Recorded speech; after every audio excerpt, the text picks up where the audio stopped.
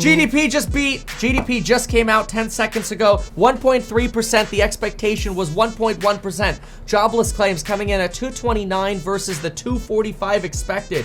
Wow, this is actually really incredible. Both of these numbers are better for the economy than expected.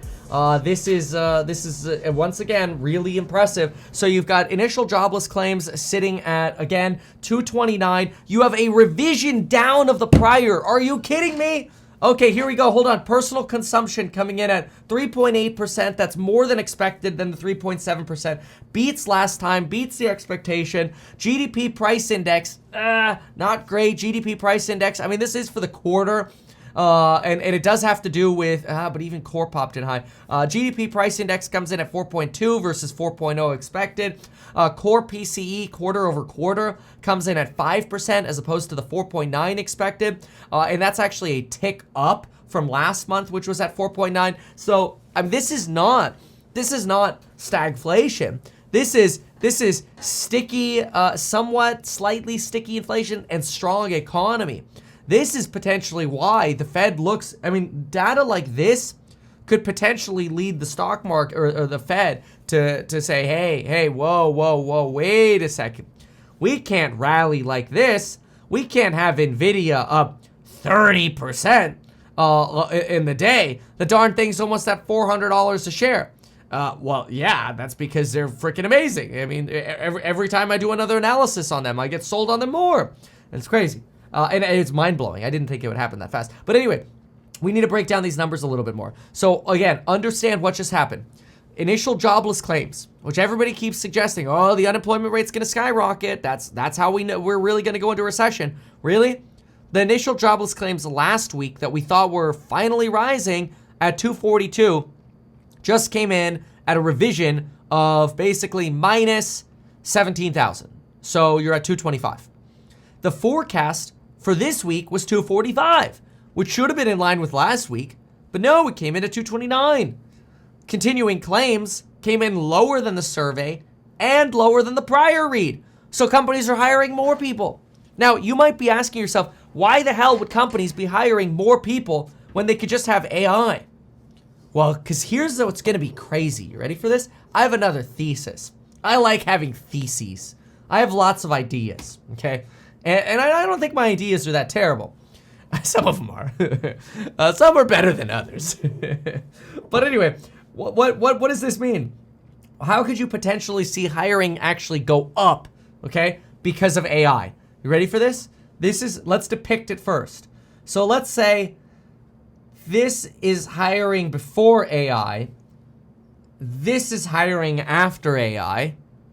And then this is hiring long after AI, or a good amount after AI, and then you get something that sort of longer term trends up. So why could this happen? Why could the thesis of job growth look like this, where ironically, right now, we could actually see jobs increase rather than decrease because of AI? Why? Well, the thinking is everybody and their mom working for a company right now is like, how does we make money with AI? Okay, that's what every company is saying right now. And so, in my opinion, I think if every company is saying that right now, there's probably a big driver that's saying, let's hire engineers and figure it out. Let's create, and this is not just existing companies, but it's also startups. I mean, I wouldn't be surprised if you end up having 50,000 AI startups. The vast majority of those AI startups will fail. The vast majority will fail. Like if you were a venture capitalist, dude, I would have to bet that 98% of those AI startups will fail. And when those startups fail, guess what happens? What happens is this, the unemployment segment. But that could be 3 years away. So the pruning will come in the future. But the boom could potentially start now on the thesis of AI. Which is wild because it would seem like it's a bad economy, right? But that'll pull us right outside of the economy.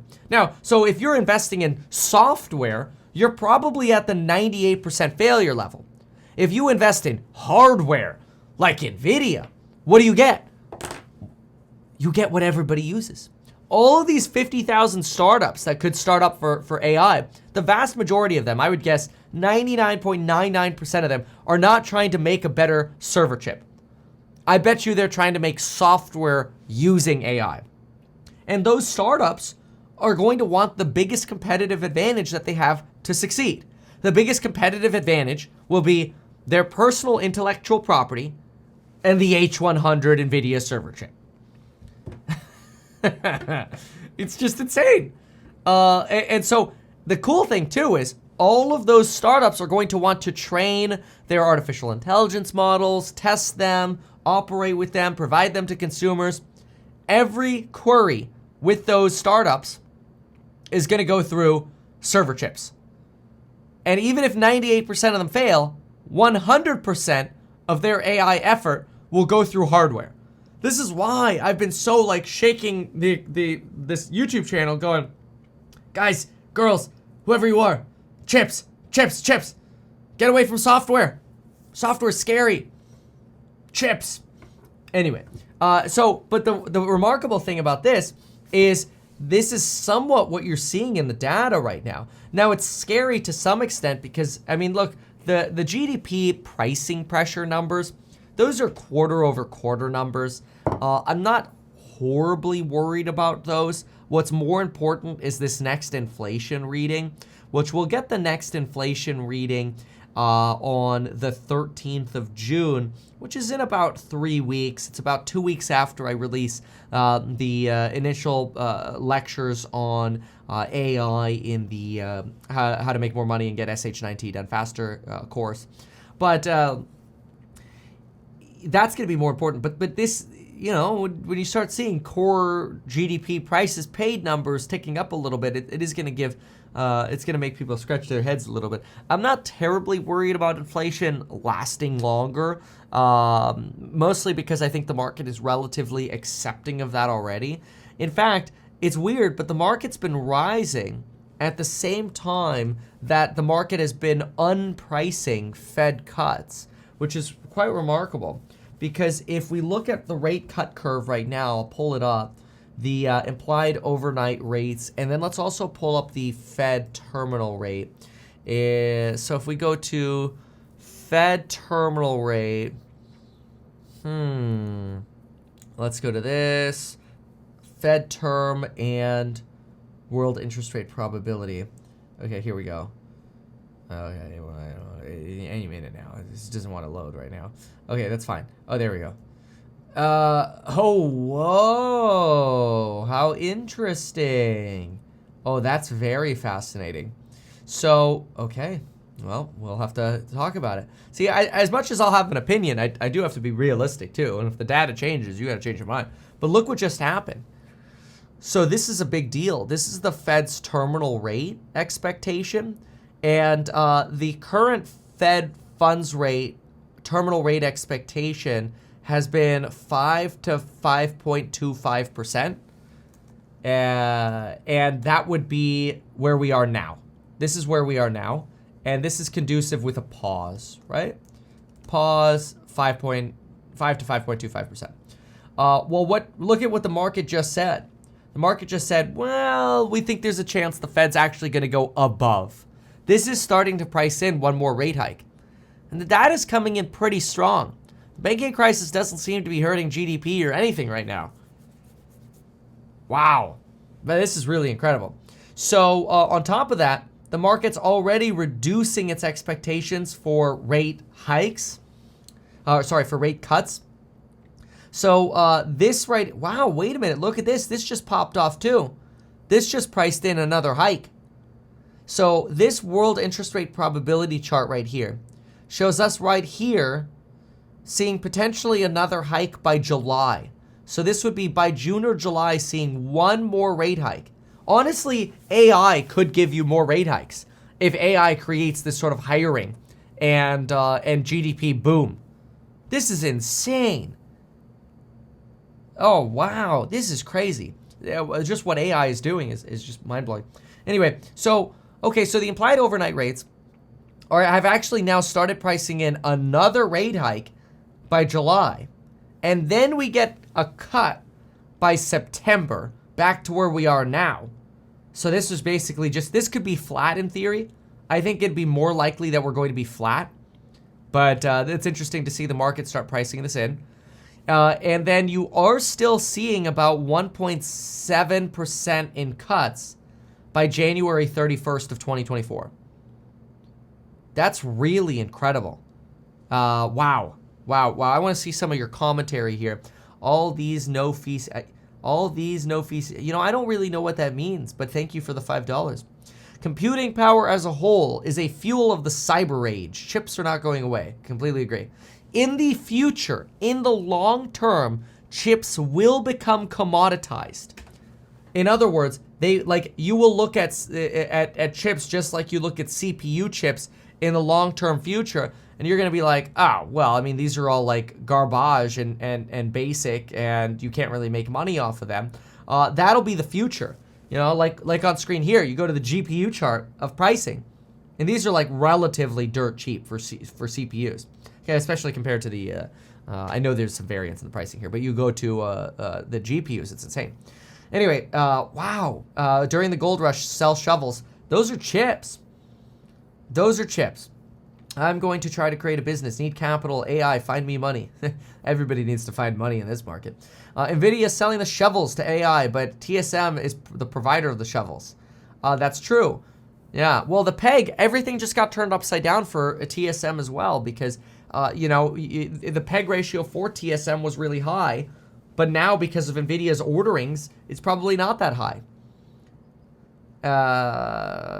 You know, yeah, you take a two-month course and get up to date in AI for programming. Yeah, completely agree. Completely agree. NVIDIA canceled the recession, yeah. Yeah, I'm mind blown. That's all I gotta say. I'm mind blown about all this, but this data is good. Let's see what Becky Quick has to say about it. Do you have anything to say? What is this? What's this earnings alert? There were a lot of them, right? It's been a busy morning for all of us. So we'll start with Best Buy reporting better than expected earnings, $1.15 on weaker revenues, though, of $9.47 billion compared to estimates of $9.43 billion. The total comparable sales down 10.1%. Now, that was as expected. It was weaker in the United States, though, down 10.4%. U.S. digital sales, weaker still, down 12.1%. The consumer electronics retailer reaffirming its full year guidance, but the CFO saying it looks at this point more like they're going to hit the midpoint of this really wide range. And the company says it is, quote, preparing for a number of scenarios within that range. Weaker categories at Best Buy: computing, appliances, home theater, and mobile phones. Gaming and services were stronger. That's so crazy that gaming is picking up. Gaming was in such a hole. Such a hole. Consumers are clearly feeling cautious and making trade-off decisions as they continue to deal with high inflation and low consumer confidence due to a number of factors. Yeah, well, these GDP numbers are just not bad. I'm just blown away. Let me see what the suits are saying about these GDP numbers, because this is very, very impressive. So, and it's totally the opposite of Germany, too. So GDP... yeah, the annualized quarter over quarter is 1.3%.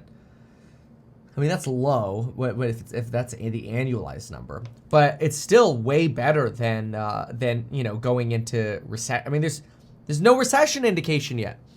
Steve, I see you're sad about gold. It's because of these GDP numbers. You know, gold was going up because everybody's like, oh yeah, definitely recession. But I think you yourself said it earlier. If AI bails everyone out of the recession, Jerome Powell's going to go down as a straight-up hero. I mean, nobody's going to look and be like, oh, you know, AI saved J-Pow. They're just going to be like, J-Pow did it. It's kind of like the irony of if Donald Trump got reelected in 2024, he would have literally sat out the garbage. He was there for the boom time, sat out the garbage, came back for the new boom time. It's possible. But yeah, let's see what the suits are saying, because these GDP numbers are just mind-blowing. So they are saying, okay, here. Treasury data provides a further boost to yield. Oh, sorry, Thursday data, not Treasury data. This morning's data isn't going to help put short-term rates back in their box. Initial claims printed well below the expectation, with the prior week revised down. The warning signal from the weekly figure has slackened in intensity. particularly with the rise in continuing claims also leveling off. In other words, the recessionary warnings kind of going away. Meanwhile, real GDP growth was revised up. This is real, which is inflation adjusted, from 1.1 to 1.3%. And inflation measures, both total deflator and core deflator, were unexpectedly nudged higher.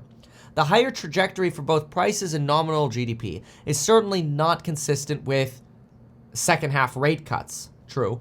And it's totally surprising, and it's not totally surprising, to see the June Fed pricing tick up to a new recent high. That's what I showed you about, we're getting a tick up and potentially another hike coming here. U.S. data are all bearish for treasuries. U.S. economy is growing faster with lower jobless claims and higher inflation than we thought. The message we received from 3 U.S. data prints this morning were that. And the upshot of those figures is that Fed still has work to do to bring inflation down. These data will keep 2023 rate cut expectations shrinking. But it's funny, as the rate cut expectations are shrinking, the stock market is freaking rising. Look at this, is insane. This is like 2020 all over again. Look at this. You see this right here? Let me show you where the data came out. You ready? Okay, hold on. Wait for it. The data came out right here. This is where the data came out. It's like somebody spilled the punch bowl and everybody's like, oh, yay, party again. It's just so ridiculous. I mean, like, look, I'm happy. I'm all in on stocks, man. I've been waiting for this excitement again. I'm heavy into chips. I've got a lot of exposure to Nvidia and Tesla and NASDAQ style stocks and stuff like that. I wish, like, not all my decisions were perfect. By no means am I trying to say that. I mean, there's some decisions I make where I'm like, okay, I was off on that by a day. That's always going to happen.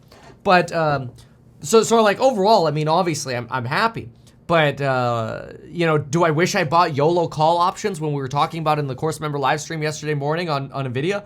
Hell yeah. But in hindsight, you can't think like that. Otherwise you'll always be depressed. And then you'll turn into an alcoholic and kill yourself. Okay, that sounds really extreme, but it's true. You can't let the little and every single person watching this has had the feeling before. That feeling where, like, you get that feeling in your gut and, like, your eyes, like, water up a little bit. It's like, damn it, man, how could I have been so dumb? I made this mistake. You couldn't have known. You couldn't have known. That's the thing. Like, you have to accept that. There's so many things that we just couldn't have known. And that's, it's like, you don't know. Is the Russian roulette table, is the roulette table going to land on black or red? We don't know. So it makes it entertaining, but just as exciting as it is when you're right, you have to get over the sort of like sadness in the event that you're wrong. But that's okay. You just have to adjust. And do the best that you can with the information that you have available. So, I mean, so I think this is an interesting question. Somebody donated $5 saying, as a fund manager, how do you balance not buying big banks now at a discount and instead spend $400 a share on NVIDIA and risk a bubble pop? I mean, that's an interesting argument. So I'm not buying, at least at this point, I just want to be clear, like, I haven't made any decisions to buy NVIDIA at $400, but I understand what you're saying. Like, I'm obviously been talking very bullishly about NVIDIA, and maybe $400 is actually a good price. I don't know. There are a few things that matter. First of all, with NVIDIA, we have to look at two things. One, how much is the growth of NVIDIA at potential long-term risk, as well as where are we in the macro cycle? Well, for the macro cycle, I believe we're in a Nike swoosh recovery. In a Nike swoosh style recovery, you don't want low growth. You want high growth, because the high growth is where everybody's going to flock to. All the cash that's on the sidelines, the money that's in bonds, money market funds, all the money people have saved for the last 2 years, that's going to go straight to growth when 2023 is over and people are like, what the hell? I made 5% on my treasuries, but the NASDAQ returned 50%? Damn it, I got screwed by 10x. People are going to realize the opportunity cost of cash. Cash was great in 2022. cash sucks so far in 2023 because of the Nike swoosh recovery. So with that, you want high growth. Well, where are you going to see the highest growth? Well, sure, you could argue that JPM is going to see high growth because of the nature of people wanting to go to too big to fail banks. And sure, there's some argument that maybe that's the place to invest in. And I think that lenders will do really, really well when we have a refinancing boom when rates start falling. But that could be years out.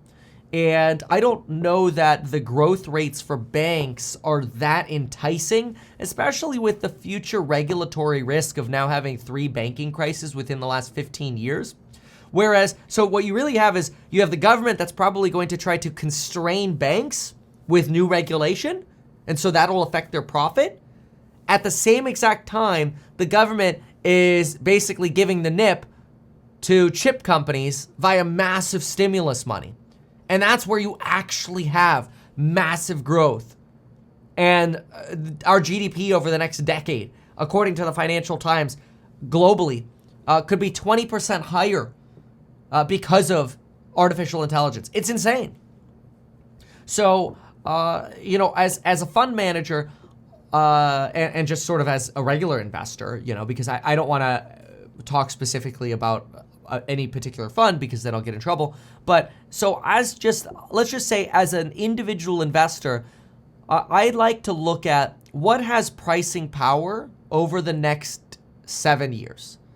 And I don't really care if Pepsi thinks they have pricing power, from Q1 of 2022 to Q1 of 2023. I really don't care. That's going to be a short-term party. It's not the party I want to show up at. I want to be at the party where, in 7 years, you're going to be like, okay, yeah, this is the new world we live in.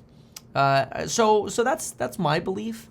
And that's why I'm a big fan of chips, because I can't pick software. Software is really tough to pick. And energy and autonomy. So robotics, that's where I want to be. That's the future for me. So hopefully that's a good answer. But good question. Thank you. So, but yeah, at this point, then you also have to balance out like, okay, great, NVIDIA's doing great, but there are other companies that have somewhat been left behind in the magnitude of rally. To some extent, Tesla has still been left behind, and this is normal. Like, stocks move at different times. But really, to some extent, Tesla's got a lot of room to still run. You just have massive lingering political hate for Elon Musk, and cars are very difficult to sell when interest rates are this high. Server chips are not that hard to sell because you're taking companies that are already spending billions of dollars in CapEx and you're just allocating it to NVIDIA. It's crazy. It's absolutely crazy, but it's also very, very exciting. So great GDP numbers. Very excited about these GDP numbers. So very good.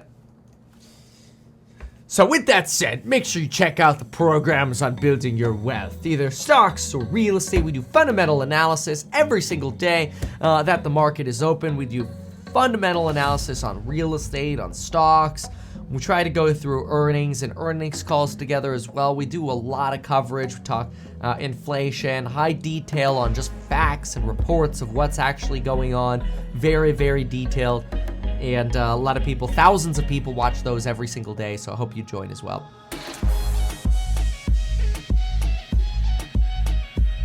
Now, I want you to know this. When it comes to AI, time is what's going to make you money. And if you can prove that value to an employer, you'll always be able to be employed. So this is another way of making sure that you don't get replaced